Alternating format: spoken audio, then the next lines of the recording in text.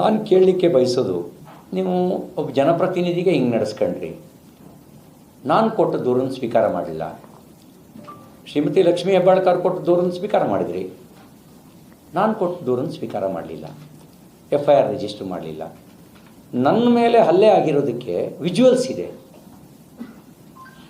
CCTV ಅಲ್ಲದೆ ಮಾರ್ಷಲ್ಗಳು ಕೂಡ capture ಮಾಡ್ಕೊಂಡಿದ್ರು.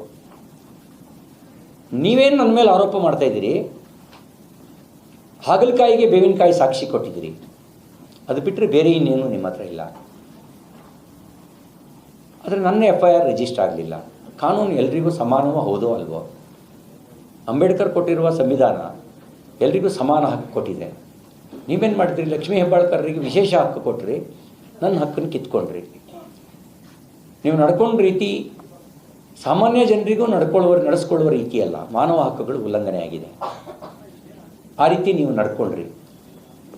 ನನ್ನನ್ನು ಯಾವಾಗ ನೀವು ಕಸ್ಟಡಿಗೆ ತಗೊಂಡ್ರಿ? ಅದನ್ನು ಯಾಕೆ ಇಂಟಿಮೇಟ್ ಮಾಡಲಿಲ್ಲ?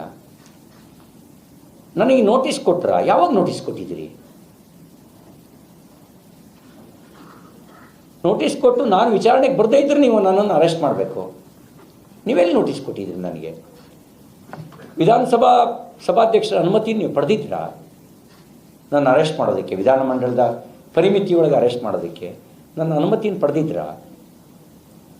ವಿಧಾನ ಪರಿಷತ್ತಿನ ಒಳಗೆ ನಡೆದ ವಿದ್ಯಮಾನದ ದೂರಿಗೆ ಅವರ ಅನುಮತಿ ಇಲ್ಲದೆ ನೀವು ಹೇಗೆ ನನ್ನ ಮೇಲೆ FIR ರಿಜಿಸ್ಟರ್ ಮಾಡಿದ್ರಿ?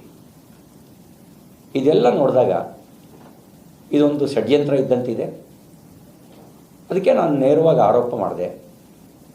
ಉಪ ಮುಖ್ಯಮಂತ್ರಿ DK ಶಿವಕುಮಾರ್ ಅವರು ಮತ್ತು ಸಚಿವೆ ಲಕ್ಷ್ಮೀ ಹೆಬ್ಬಾಳ್ಕರ್ ಅವರು ಏನೋ ಷಡ್ಯಂತ್ರ ನಡೆಸಿದ್ದಾರೆ ಅಂತಕ್ಕಂಥ ಆರೋಪವನ್ನು